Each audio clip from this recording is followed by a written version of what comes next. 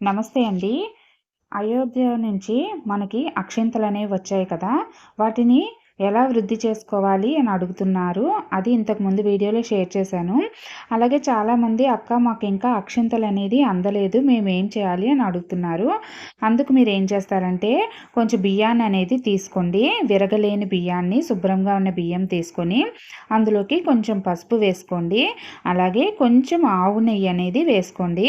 దీంతో పాటు మనం కొంచెం పచ్చకర్పూరం, స్వామివారికి ఎంతో ఇష్టం కదా పచ్చకర్పూరం, అది ఒక చిన్న ముక్క వేసుకోండి. దాంతోపాటు మనం కొంచెం జవ్వాదును కూడా యాడ్ చేసుకోండి. యాడ్ చేసుకొని అక్షింతల్ని శుతిమెత్తగా ఎక్కడ విరగకుండా చక్కగా అనేది పసుపు నెయ్యి అన్నీ కూడా బియ్యానికి పట్టే విధంగా కలుపుకోవాలి. మనం అక్షింతల్ని ఎప్పుడూ కూడా నీటితో కలపకూడదండి.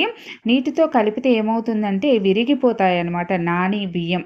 అందుకని విరిగిన బియ్యం మన పూజకి పనికిరాదు. అందుకనే మనం నెయ్యితో కలిపామనుకోండి, ఆ బియ్యం అనేది ఎటువంటి చెక్కు చెదరకుండా ఎన్ని నెలలైనా అలాగే ఉంటాయన్నమాట.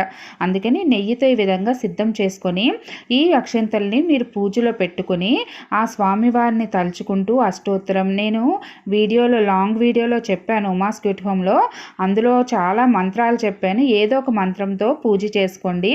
అవే ఆ రోజు చేస్తాం కాబట్టి ఇవి కూడా, ఈ అక్షంతలు కూడా రాముని యొక్క శక్తి ఆశీర్వాదంతో మనకి అక్షంతలు తయారవుతాయి. ఈ అక్షంతలను కూడా మీరు యూజ్ చేసుకోవచ్చు.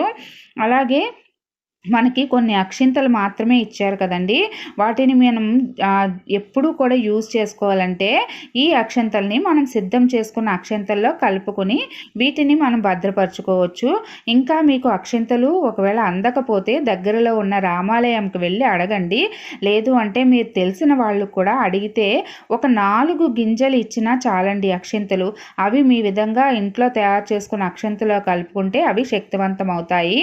ఇక ఇంట్లో ఎన్ని దీపాలు వెలిగించాలంటే 5 దీపాలు, అంటే 500 దశాబ్దాలకి అంటే 5 తరాల గుర్తుగా 5 దీపాలు వెలిగించాలని చెప్తున్నారు. కాబట్టి మనం పూజ గదిలో ఉదయం పూజ చేసుకున్న వారైతే ఇంట్లో 5 దీపాలు వెలిగించేయండి. సాయంత్రం ఒకవేళ మీరు పూజ చేసుకుంటే కనుక, అంటే సాయంత్రం సమయంలోనే పూజ చేసుకోమన్నారు. ఎందుకంటే దీపావళి అంతా పండుగలాగా మనం ఈ రామ ప్రతిష్టని జరుపుకోవాలనే ఉద్దేశంతో. అందుకని పూజ గదిలో మీరు 5 వెలిగించవచ్చు, లేదంటే 2 దీపాలని పూజ గదిలో వెలిగించండి. ఇక 2 దీపాలని మనం సింహద్వారం దగ్గర ఇంట్లోకి దీప జ్యోతి చూస్తున్నట్టుగా, ఇంటి వైపు చూస్తున్నట్టుగా, బయట వైపు చూస్తున్నట్టుగా కాదండి, ఇంటి వైపు చూస్తున్నట్టుగా. ఎందుకంటే రాముణ్ణి ఇంట్లోకి ఆహ్వానిస్తున్నాం కాబట్టి 2 దీపాలని సింహద్వారం దగ్గర మనం వెలిగించాలి. గుర్తుపెట్టుకోండి, బయటకు కాదు దీపజ్యోతులు, ఇంటిని చూస్తున్న విధంగా వెలిగించండి. ఇక తర్వాత 1 తులసి కోట దగ్గర వెలిగించండి. మీ దగ్గర ఒకవేళ తులసమ్మ లేకపోతే ఆ దీపాన్ని కూడా మీరు పూజ గదిలోనే వెలిగించవచ్చు. అదండి రాముల వారి అక్షంతలు తీసుకొచ్చిన ఈ జనవరి 22వ తేదీ రామ ప్రతిష్ఠ రోజు మనం చేయవలసిన ముఖ్యమైన పనులు. నచ్చితే ఒక లైక్ చేయండి.